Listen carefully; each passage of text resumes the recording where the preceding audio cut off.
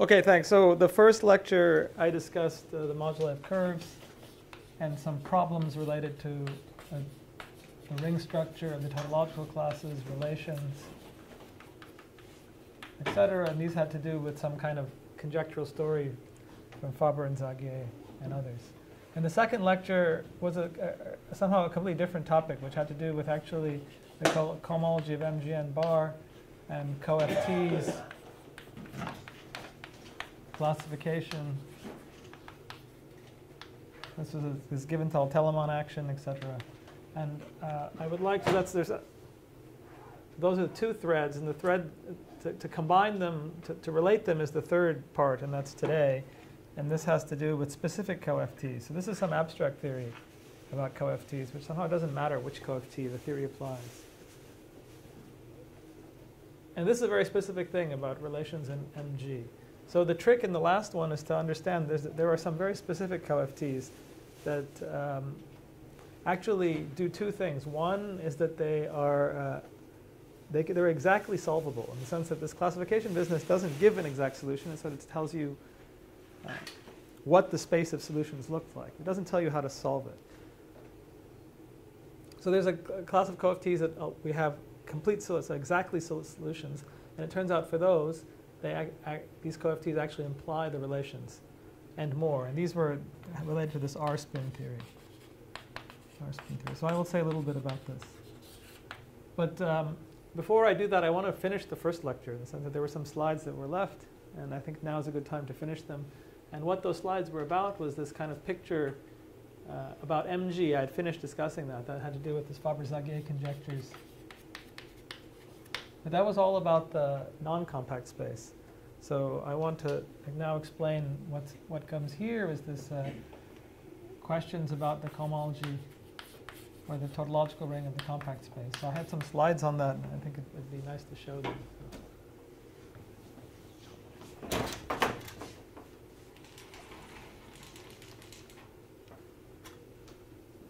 All right, now we see.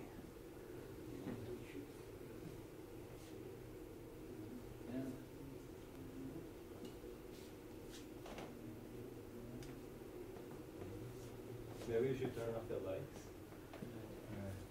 I mean, it's not ready yet. But it is doing something. Oh. Now it's doing more. Yeah, I see some now. Sony.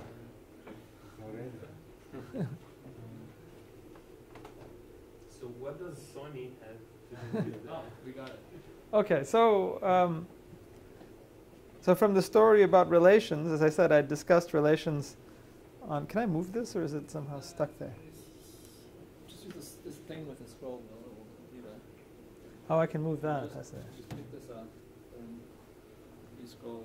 All right, we will see if this works. So what happens here?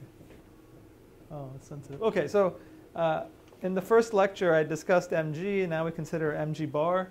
And here's the moduli space of stable pointed curves. It's come up several times. But that's just a picture of how a curve looks like. And I remind you this notation, because it was used in the second lecture, and it's going to be used now also, is that for every graph, we associate topological type. And we've used this all the time in the second lecture. These graphs describe certain loci in the moduli space of stable curves. And this also came up last time, is that given a graph, there is a cycle, which is the cycle, and that cycle is obtained by taking the products of the moduli spaces at every vertex. So various people have asked me about this. When I take a graph here, that graph I associate a product of moduli spaces. So here that would be M11, here would be M03, here would be M14 maybe. And they map in. So let's look at past this. So we've been through all of these. So this is M0. This is exactly where I stopped last time. That in 1996, Getzler found the first really interesting relation. If you consider this problem in the compact space M0 n bar genus 0, it turns out that all the relations actually come from the cross ratio. That's not a completely silly statement, but the outcome is that there's nothing new, nothing further there. This was found by works of Sean Keel and others. But in Getzler in 1996 did something kind of interesting. He found this relation in genus 1. So it's genus 1 with 4 marked points. And each one of these graphs corresponds to an algebraic cycle of codimension 2. So it lives in H upper 4. And you can tell it's codimension 2 because there's 2 blue edges. And yeah, so that's the relation. And one can understand, is there some kind of theory of this relation? And of course, once Ezra found this one, you could find others. They were always hard to find, but the next one I found with Pasha Belaruski in 1998. And this is even more complicated. You know, it's an M23, and it's a more, and it looks, in some sense, it looks like a certain amount of chaos here. There's all these graphs, and there's these coefficients. Although one might, yeah, these are the dual graphs. We switched notations now. Yeah, yeah. Now the lines are actual curves. Yeah, that's right. I didn't have the effort. Couldn't retypeset everything from the papers. Most people don't notice that. Jake's pointing out I've used a different graphical notation here, but that's all right. But one thing you can notice is these coefficients aren't so bad, and actually in Ezra's relation they're not so bad either. These are pretty nice numbers, and one could wonder whether there's some theory, and it'd be a theory that deals with all such relations in the moduli space of stable curves. So in some sense much more. How did you find it? Oh yeah. So how do we find this? Is that you can calculate the cohomology, the group here, in M23. And actually Ezra had done these kind of calculations. And you can see how big dimensions it is. Yeah. And then you can see that you have too many of these. Yeah, I understand. And then but then to actually calculate the coefficients, this is a lot of work. It took us a long time to get these, embarrassingly long time. Because then you need to have some kind of methods of testing. Yeah, it's a lot of work, and you know, it was clear that this kind of way to somehow assisted by computer? Oh yeah, of course. Yeah. Okay. Yeah. So yeah, it's more or less. If you look at this thing, every coefficient is a separate battle here. Get right. All right. So the question you can ask: is there any structure to these formulas?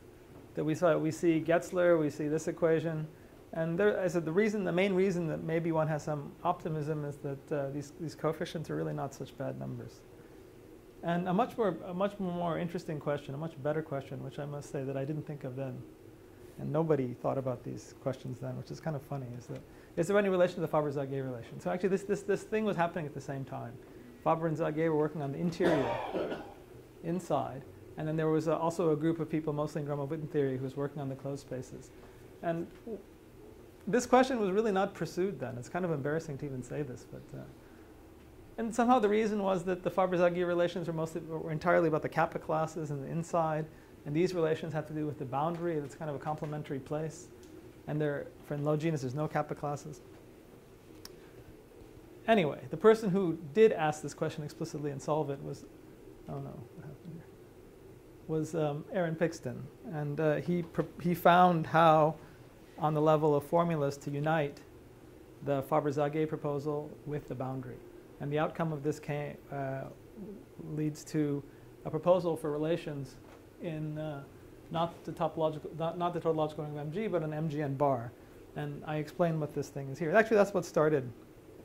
Trying to understand why this was true started this work. Mostly what I'm talking about is work with Dmitry Zvonkin and Aaron Pixton, which found the role of the CoFTs and the R-spin theory. But sometimes the first step was Aaron's writing down of these relations, and I want to just explain what those look like.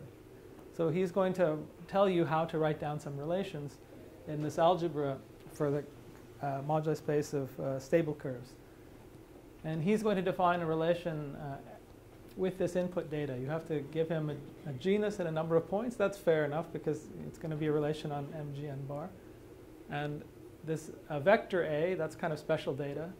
It's one element for every marked point, and it's very simple. It's either 0 or 1. Excuse me, super information. Is it what? Super. Oh no, this is not super. Yeah. This is not super. And then a certain degree, and this degree has to satisfy a bound. So if you give him these pieces of data, then he'll give you a relation, and this relation will occur exactly in this codimension D, or 2D if you like the real grading, an MGN bar. And the relation, of course, will depend on the A. And to say what this relation is, well, we've already seen these series. They appear in the Faber-Zagier relations, and they also, Aaron uses them, which makes sense. It's if you want to unite the Faber-Zagier relations with the boundary behavior, these are the two series, and these are the two series. It's only these series that play. In terms of non-formal input, it's only these two series. Okay, then how do they come? So let's look at a power series with the vanishing constant in linear terms. If I take any power series with vanishing constant in linear terms, then I can make an element of the cohomology by doing this operation, where I start with MGN and I start adding points. And every time I add points, I put in this class of the cotangent lines, and then I push them down. And the fact that this f has no constant or linear terms means that this infinite sum is actually finite sum. So this is just a method of getting a class in the moduli space from a series, but with no constant or linear terms. All right, so then we've seen this before, the finite set of stable graphs, and everything in the moduli space, if you're going to really probe its cohomology, is going to have a sum of graphs, because that's just how you describe them. Why am I not allowed to have linear terms? What? Why am I not allowed to have linear terms? Well, so the assertion is here about this vanishing, because of these two things, the sum is finite. If you put linear terms in, then you could have an infinite sum here.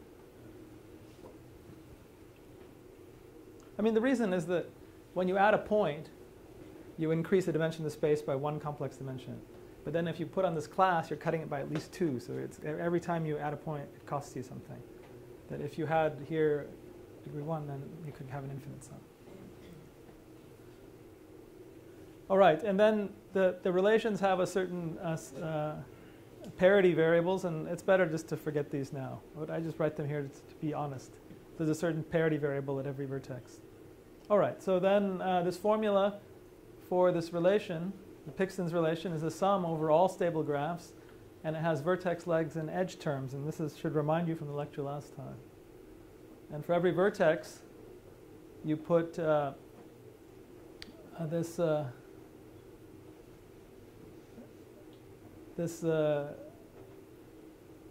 kappa term that comes from the E0. So here we have here. This is a method of associating a cohomology class to a series. And for the vertex, you would associate to this series. And this series has no constant or linear term.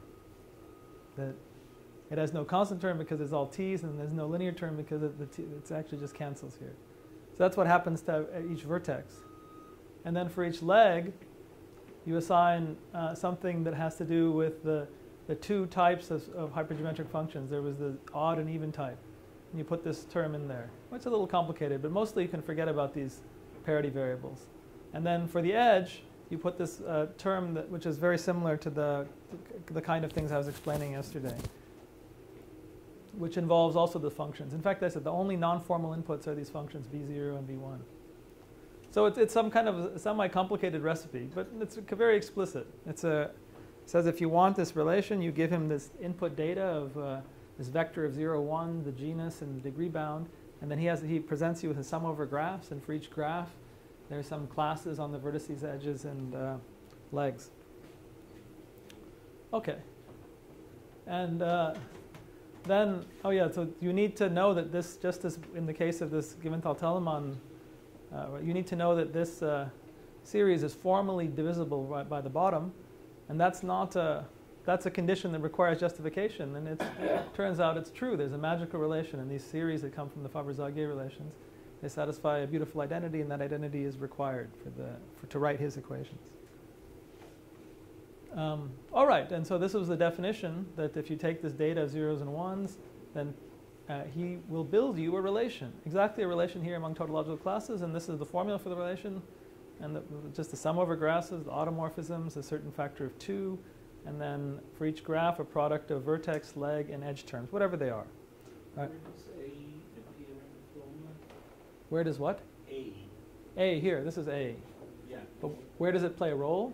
Yeah. Oh yeah, A is a number 0 or 1 for every mark point. And so Where does it appear in the yeah, so it's going to, since it's for the mark point, it has to appear in the leg term, because the legs correspond to the mark point, and it tells you which series to put. All right, so so this is this is the relation, and it's kind of an amazing thing that these things are relations. You can check where we knew before. They gave you relations, and in fact, they gave us all the Pixon's relations gave us all the relations we ever found, in the sense that they restricted. If you take this formula and you restrict it to the interior, you get the entire set of Faber-Zage relations. If you look at low genus, you get Getzler's relations. You get this relation I found with Pasha-Belorusky. You get every relation anyone's ever found, and it's much more efficient this way. It's actually a formula for these relations in some sense. That it also explains why all the coefficients are nice. Okay, so yeah. So may I ask maybe a little bit provoking question? Is there any conceptual, because it's very complicated way to Yeah. do something neat. So Yeah. is there any conceptual? Yeah, that's actually no. It is. So it wasn't found conceptually. He found it by. I understand. Yeah. But Now there's a conceptual. The conceptual explanation comes from the CoFTs, in particular this R-spin CoFT. So I explain it. Okay. So in order to actually prove this relation, so he just wrote them, and that was based on. There were some principles that were guiding him, but it was not a way to prove it. The way to prove it, when we were thinking about how to prove it, this is when we started thinking about these CoFTs and the R-spin CoFTs, and then the proof is kind of a nice proof, and it actually will answer your question. All right, so then I want to prove it. So that's the end of this. Maybe it's the end of the slides now. Return. Yeah. What should I do? Put this back up?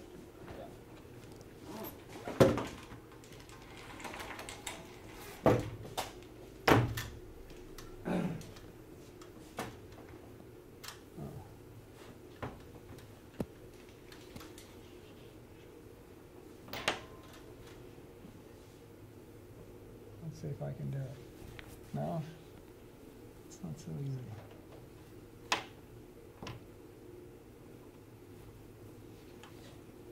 All right, good enough. Okay, so so the last part of the lecture is just to give some kind of idea of how you can prove these relations and how that actually links everything I've said. So if you remember for the Grassmannian, the relations that came from the Grassmannian was somehow we take the tautological subbundle. This is the trivial bundle for the Grassmannian, and there's a quotient bundle. So this is over the Grassmannian, say, of R planes and Cn. And I said the generators of the cohomology were the Chern classes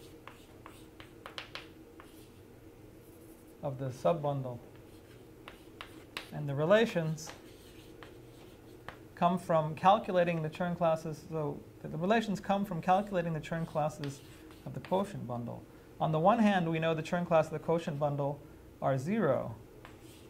So Ck is 0 when k is greater than n minus r. Because then we're asking for too high a Chern class. On the other hand, the Chern class of the quotient bundle can be calculated by taking 1 over the Chern class of the subbundle. So if I take this expression, which is in the Chern class of the subbundle, I take 1 over it, and I look at all places higher than the rank of Q, I get relations. Right? So this is, in some sense, of course, we're going to do something much more complicated, but the model is still, I think, a reasonable one to think about. So the idea here is that we noticed that, that of all of the CoFTs one should think about these R-spin ones, and in particular the 3-spin. So I have to say a little bit about these CoFTs. So one cannot motivate why to think about them, except for the fact that, well, there were some formulas that came up in these Faber-Zage and Pixon relations, and it's the same formulas that come up in these. All right? But nevertheless, it's the right thing to do. And so what does this look like? So maybe we can start with R-spin.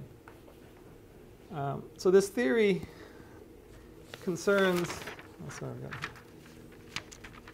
So for every R, and normally we take at least R at least 3, but you can take R2 if you want. So there's a CoFT, and it's the R-spin CoFT. It's a CoFT. And so the first thing is, what is the vector space? VR, eta 1. So this vector space has basis E0, ER minus 2.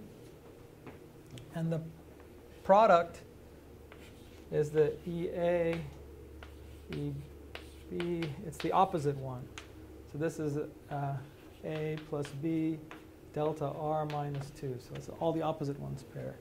And then the identity is the class E0. All right, so that's the vector space. That's the vector space data. And then this R spin class consists of a certain cycle. So we take here R, G, N, A1 to AN, where these are the index the basis elements. So we have A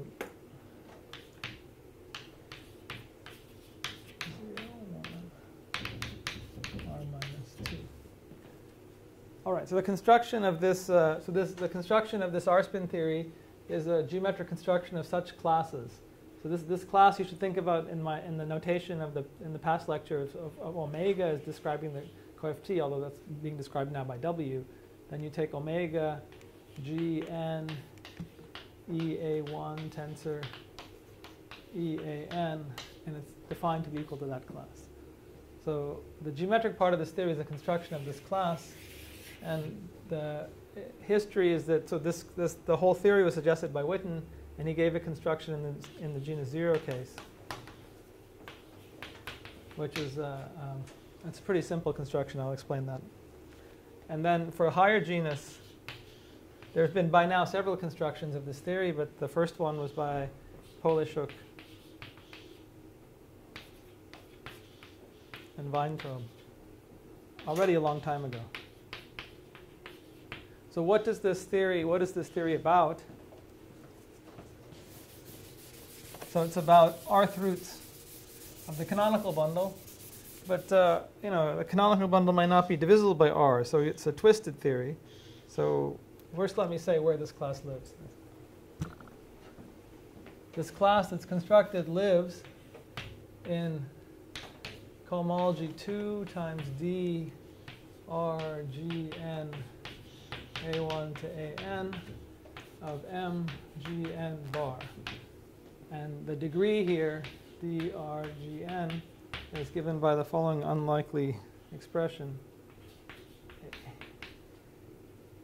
R minus 2 times G minus 1 plus the sum of the AI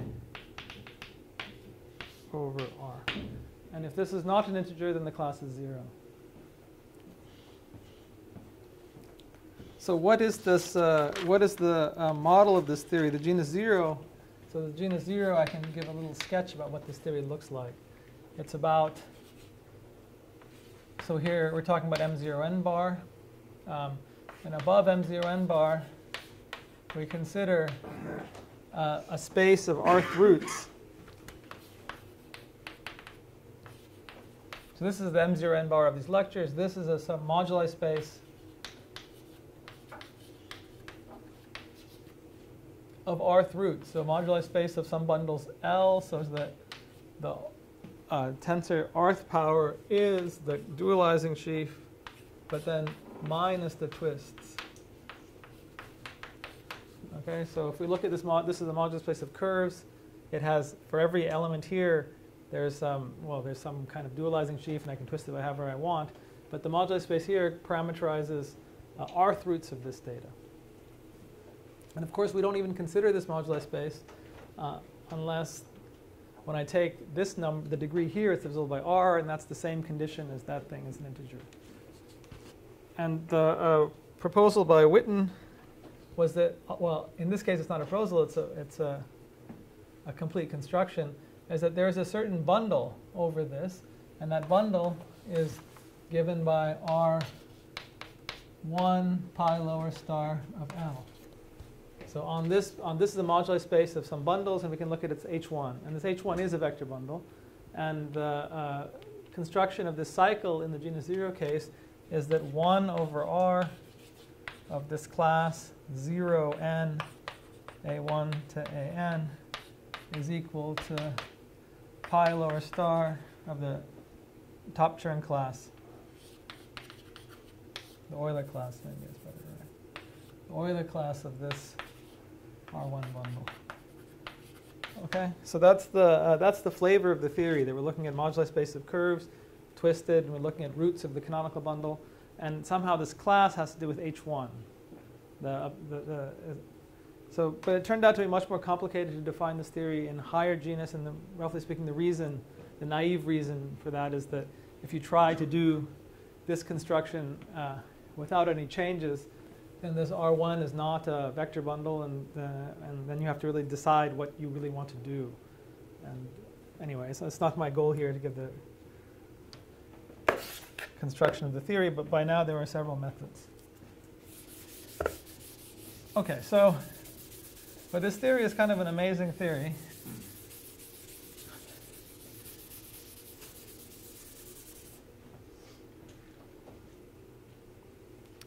But it's a full CoFT. So this 3-spin, R-spin, we get this full. For any R, yeah, for any R. For any R, there's this CoFT.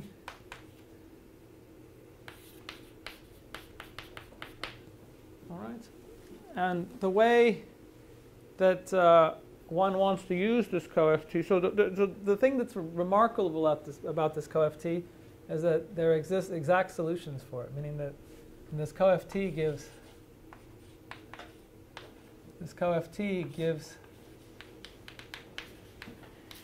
some classes. And there's 2DRGNA. So I used a short form.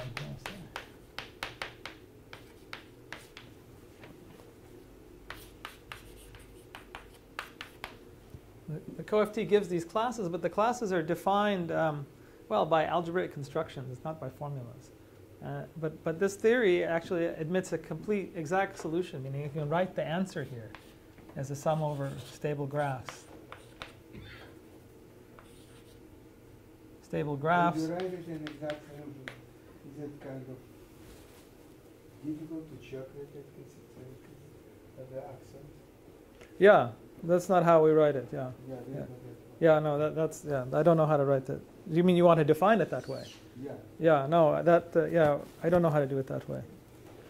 And in fact, somehow we want to use exactly this tension in the sense that, well, anyway, this exact solution is a sum over graphs, and then for every graph there'll be some automorphism factor of the graph, and then exactly this graph, and then some product of vertex, leg, and edge terms. All right, so this is the notion of exact solution, and we have closed formulas for all of these terms. So that's, but that's not going to help us to get relations. You know, in the sense that this is some line, and of course, how do we solve it exactly? How we solve it is that, well, you want to use this given Telemann classification, and for that one needs this theory to be semi-simple. So it's not exactly semi-simple, and this is a kind of important point.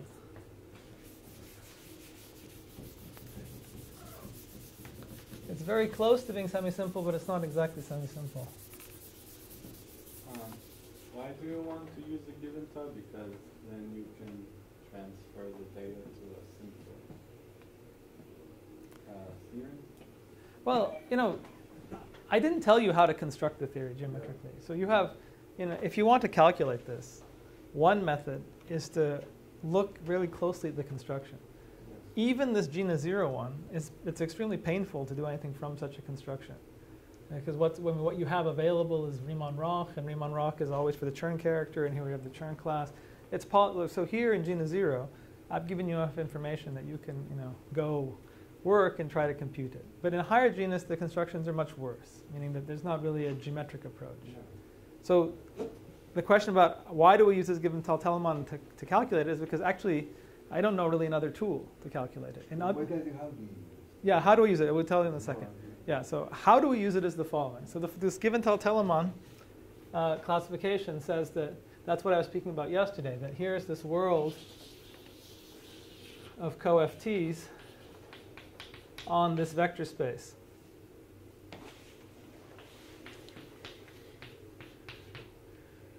And as I said, the first thing one has to confront is that if you really do this literally, as I said, that it's not exactly semi-simple. You know, this CoFT, I've defined it So one has to shift it a bit to be semi-simple. It's very close to being semi-simple, and it's all right. So one gets a little bit lucky here. So let me first say that.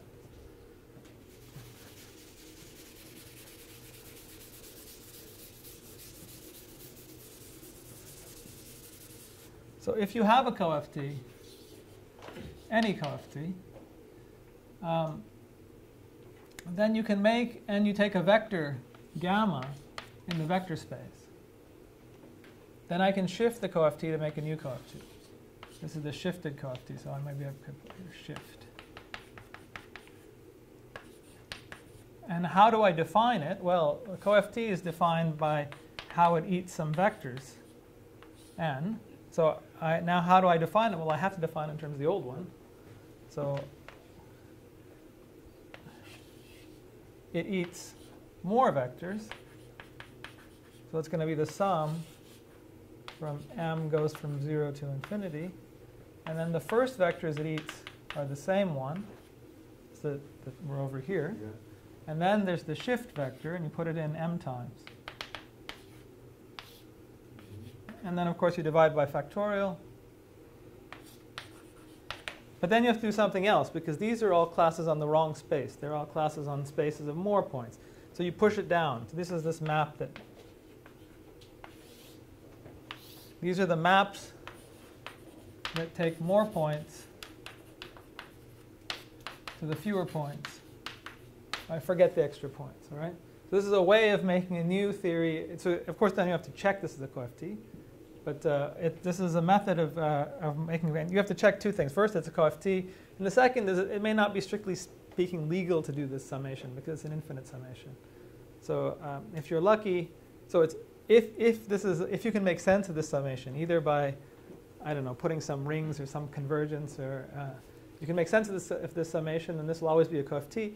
And in the case at hand with this R spin class, Gn, then if you shift it,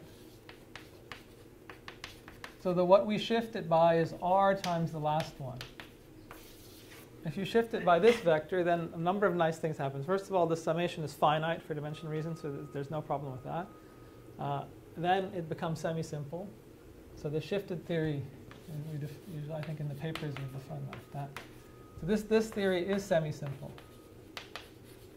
Semi-simple. So we can use the given Tau-Telemon, but what's even better is that when you shift it, you've created a much more complicated thing, and you'd like to make sure that you can recover the original theory from the shifted one.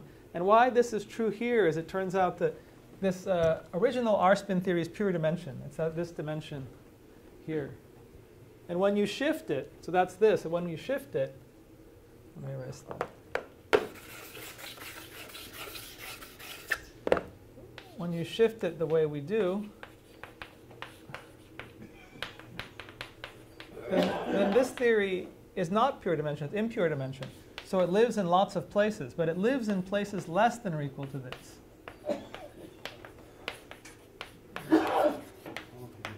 So you've taken a nice pure dimensional thing, and the shift has brought other cohomology classes, but only ones that are lower or higher, depending how you think about it, but lower, yes. And moreover, the part of this theory at the highest place is that one, because the shifts they don't pollute it, they have dimensions. So that's the first idea. Now here this is semi-simple, and it turns out one gets another piece of luck. So the first thing is that the luck is that you can find a nice shift where it makes everything semi-simple. But actually we know what the algebra, the semi-simple algebra, you get this quantum algebra, and what is that quantum algebra? That we calculate. That's another piece of luck. That's exact. You can calculate that exactly, and it turns out that that one is. I can use this here. No, I'm saving this for later.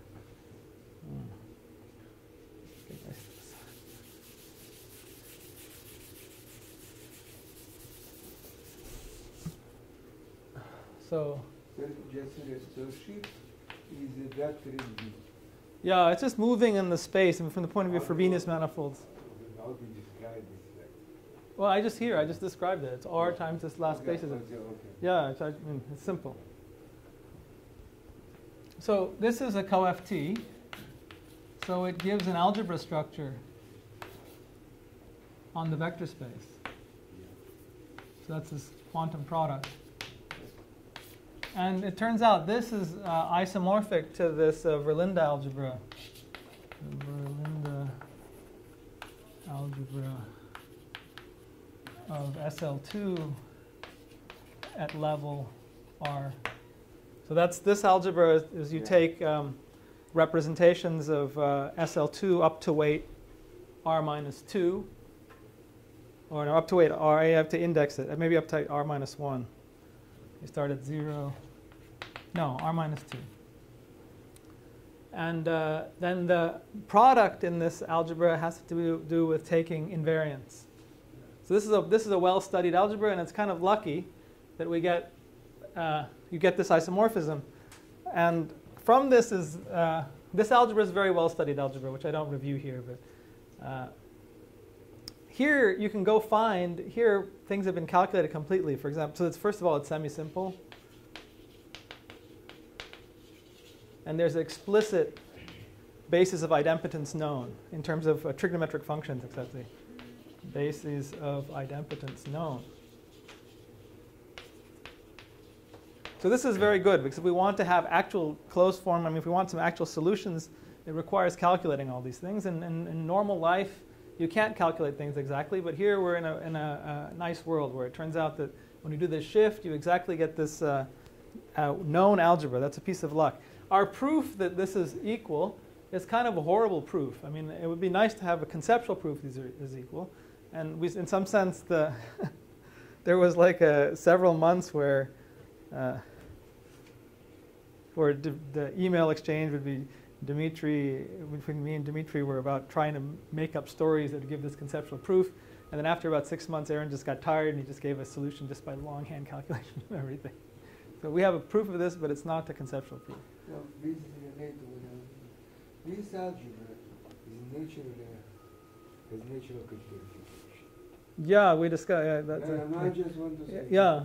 I know this, but this particular algebra is definitely corresponds to braided category. Yeah. Yeah, it's true what you say.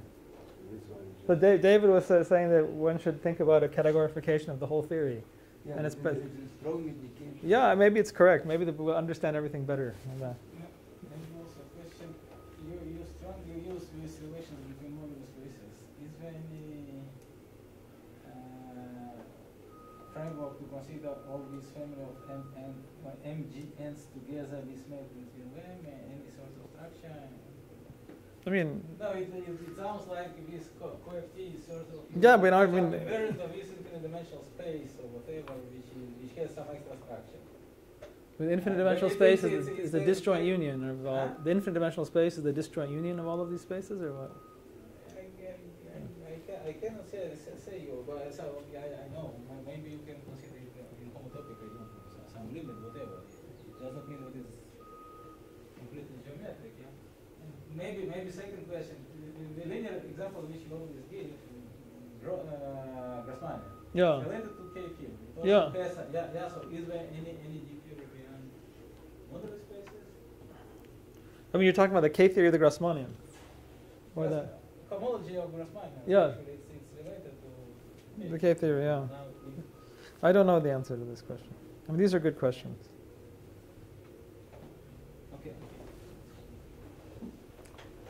All right, so here, so now we're in really good situation in the sense that now we come back to our picture of this Giventhal Telemann, is that if I pick the data, the vector space data of the CoFT, then as I said, of all CoFTs, there's some orbit. So semi-simple ones, semi-simple. So in the whole world of CoFTs, there's the semi-simple ones, and they're all an orbit of this Giventhal group action. From this topological. So here's the topological part. So if I remind you that in the end, this is equal to the topological part, which was just taking the full thing and taking the zero part, right? So there's a particular element here, which is the topological part. And this we understand just absolutely completely, because that topological part is just about that quantum product. And here we have basically have complete understanding of it. And then here's the actual Somewhere else is our shifted Witten theory. Somewhere else. And so then the question remains to calculate this Giventhal group element, to take it. If you could calculate that explicitly, then you absolutely win. All right, so then there's a question of can you calculate this? So what I didn't talk about yesterday I talked about just that there exists one. But in fact, we know more than that. Of course, the theory will not tell you what it is, but it can constrain it. And the constraints come from two ways. Is that if you take a general Giventhal group action to some other place, some, I don't know, h, to some other omega, no one tells you that this, the genus 0 part of this is equal to that. It changes the genus 0 part also. So one constraint, so constraint 1 is on G, is it preserves the genus 0 part. Preserves genus 0. And this turns out to be something that you can really interpret in terms of some differential equations for that R matrix. All right, there's something else, which is that the CoFTs that we're talking about here have another structure, which is it has a dimension in it. So it was born with a dimension. That was in this the degree grading of this Witten R-spin class is born with a pure dimension. And from that pure dimension, you can make what's called in Gromov-Witten theory an Euler field. It's what's called it's a conformal structure, and that is preserved by the shift. So this is, maybe I just put here, there's a grading. But you say the shift changes kind of. Yeah, it just changes, but so the grading is somehow more, the grading is not just pure degree grading. That there's a vector field that annihilates it. Okay, so then we're in a different land here because of these two things. So this gives you there's one theory of equations for R from the top, and that leads to some unknown coefficients. But using the grading, you can determine all those unknown coefficients. But the whole thing is a differential equation, and you're not at all guaranteed to be able to solve differential equations. So out of this comes some kind of differential equation that relates these, this R matrix has the identity, then R1, then R2. And in fact, in this case, these have a Z. So you can view it as a differential equation in Z or a recursive relation for the coefficient. In some sense, knowing this theory, you can write complete differential equation. Yes, you can. Well, so right. In this case, you can. Yeah, that's right. Yes, that's right. Yes. I mean, in some sense, you can only write that differential equation in a useful way if you know something like the basis of idempotence and things like that. If you don't know that, then you can only think about the differential equation. All right. So, and then the truly magical thing about these theories, you can solve this differential equation, and that's the thing that basically never happens in real life. And if you do this for the 3-spin theory,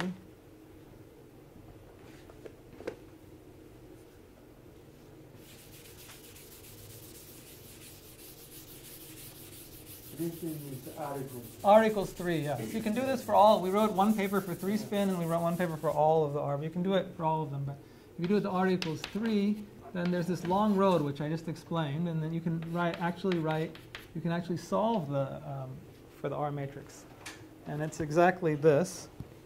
Well, it's not going to be so much a surprise. There's B0. That's this series. These are the series that live in all of that study of MG to R.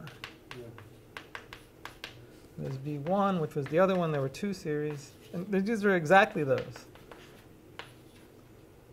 I forgot. So maybe now I changed the variable, but anyway.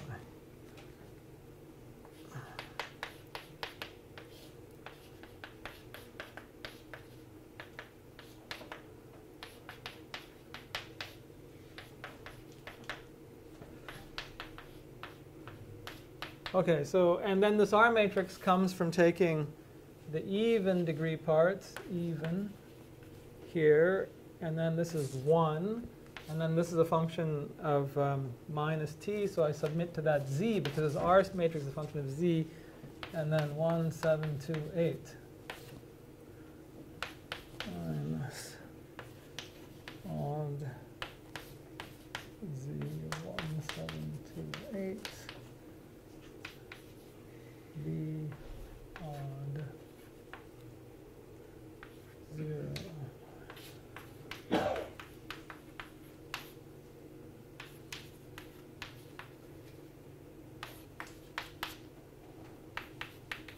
Okay, so that's the, so this, at this stage, we now have our kind of exactly solved theory for this 3-spin, and also for all this, but you can write such matrices for all R spin.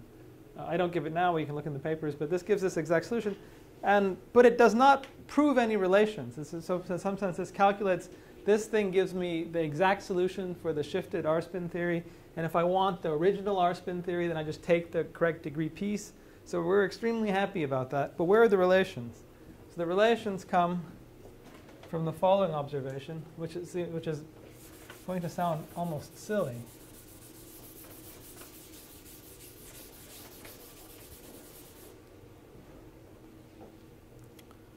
Is that we know two things. We know, for example, the shifted theory, A, it lives in these smaller degrees.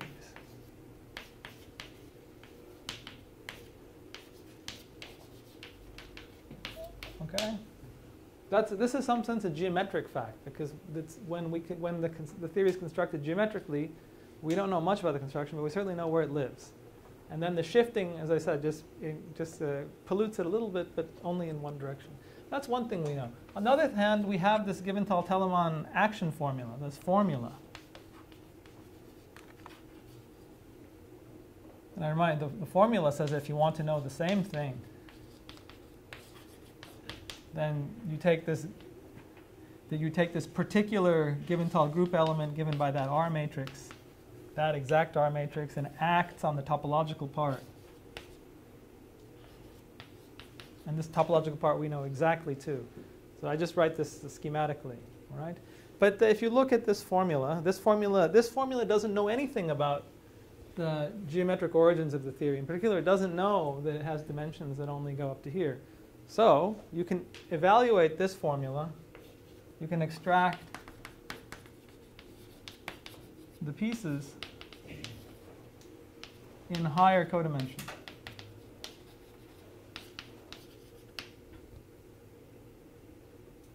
Codimension strictly greater than 2VRGN. Right? So this is and if you do that, then you have to get 0. If you extract the pieces in higher codimension, you have to get 0. You have to get 0 because it doesn't live there. And this is a calculation of that theory. So this is a very complicated analog of what happened with the Grassmannian. I mean, it's almost exactly what happened with the Grassmannian. That you calculate, then you know it's 0.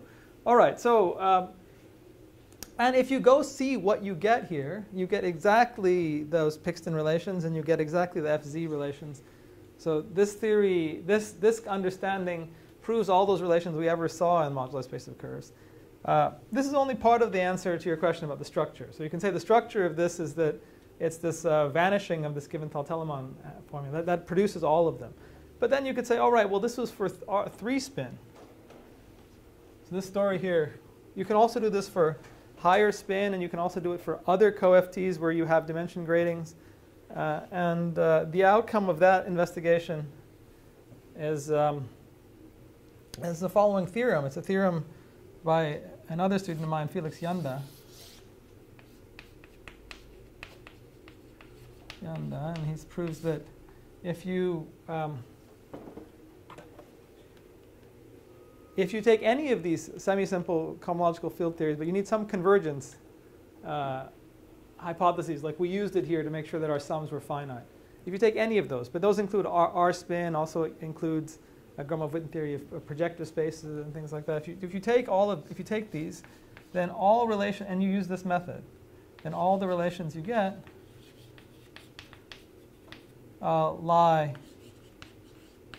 in the 3-spin relations, you never get any more. Well, this is also called Pixton's relations, since he conjectured them first. So in other words, you can say that the correct, I mean, one of the ways to say conceptually what is that set of relations, it's the minimal set of relations that you have to impose to make all of that this formalism be consistent somehow. That yeah, that's one way to say it.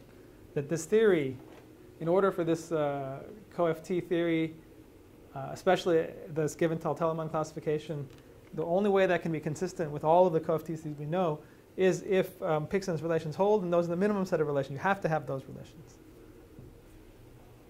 This doesn't prove that they're all relations, but it gives that class can be put on some kind of conceptual footing that way. They are. But as a matter of fact, it's true that we've never found any relations that are outside of this set, and it is the somehow hypothesis in the field that these are all the relations. That until there's a counterexample, I think that's a very reasonable belief. That, okay, I think that's more or less what I wanted to say.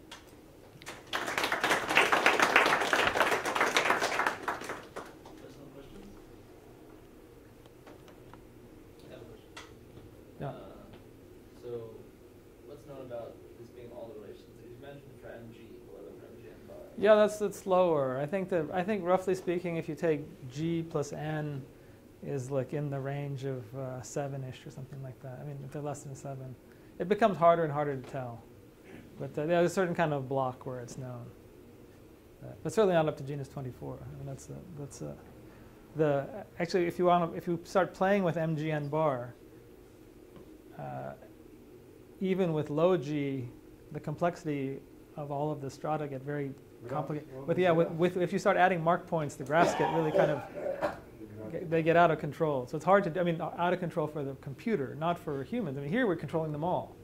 But if you want to check things on the computer, the number of graphs is like an n to the n or something like this. So it's you don't win too long with that. No, but another question, way to ask a question is kind of, okay, suppose you impose only relations which you know on the side. Yeah. Then, in principle, you can compute dimension. Yeah, then you can compute dimension. Yeah.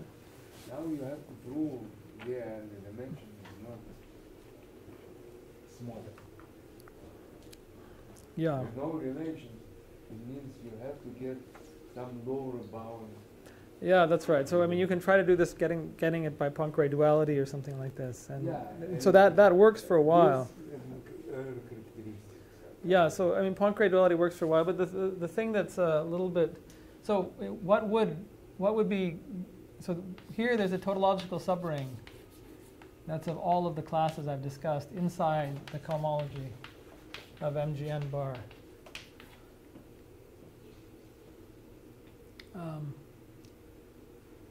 So MGN bar satisfy Poincare duality. Yes. So in some sense, philosophically, if you have a space satisfied Poincare duality, you can tell whether something is 0 or not by pairing. So it's true that if I take anybody here, I can test whether it's 0 or not by pairing, but the problem is I don't know that space I'm pairing with. So the thing that would be great is if this is a subvector space, that if this was also Poincare dual to itself, so to speak, Yes. and this is known to be false. That's something. Okay. So this makes it much harder. And where does it? I mean, where is it known to be false? Is the 222. That this is kind of a very interesting line. Initially, it was hoped that this subspace, that Poincare duality would hold for that, and it turns out it's false and roughly genus 2. I mean, not false. I'm sure it's generically false, but the first time you see it's false is 2 and 22, and this is work of Dan Peterson and Ursula Tomasi. I think that there's probably 2 M's or 2 S's, but I'm not sure. That's kind of interesting thing, and to show it, there's a particular cycle that's required. That's a different kind of thing. I mean, it's different spirit, different from the spirit of these lectures, but it's an interesting line. So the fact that it failed. Indicate complete cycle which are covariant to the Yes, exactly. Yeah. Yes, and it has to do with some loci of bielliptic curves that we're considering. So that's yeah. This makes it a little bit hard to check, but yeah, so at the moment it's not so clear how to prove you have a complete set of relations, even for MG, because you don't have you don't know the space well enough to detect whether things are not zero. More questions? No, I was going to ask also, I mean, you mentioned, I mean, how do you connect this story to the Faber? Oh yeah, that's, I mean, so it just happens that so I didn't say it, but if you take Pixon's relations, those are relations on the open part, I mean, on the compact space. And if you take his full set and you restrict to the open, you recover Faber-Zage. And this is not an accident. He was trying to find a set. I mean, he was guided by essentially aesthetic principles. He was trying to find a set of relations on the compact space, which would one of the principles were that it has to restrict to Faber-Zage and nothing more. So that's kind of automatic. That wasn't our first proof. Our first proof of Faber-Zage was used to quote schemes and other things. So this is a better proof. This proof, you can also ask about cycles and whether you like algebraic cycles and things like that. And that's we also have proofs. This is one of the nice things about this Yanda result, is that you can prove that these relations hold in algebraic cycles, and it's because you can switch. We use this three-spin theory, which is a theory. Well, the Giventhal-Telemann classification does not hold in. I mean, is not proven in algebraic cycles. That's a very interesting question. Whether you have, if you have a theory that's algebraic and it's semi-simple, whether its higher genus will always be in the tautological ring in algebraic cycles. The Giventhal-Telemann don't tell you that because that's a theory in cohomology, and it's really in cohomology. They use stability to prove it. They use topological results to prove it. But the fact that you can switch around like this with the Yanda, that means we can switch to some theory that we know how to compute algebraically, like P1, and that actually proves that these relations are actually hold on the level of cycles. Okay, thank you very much. Okay.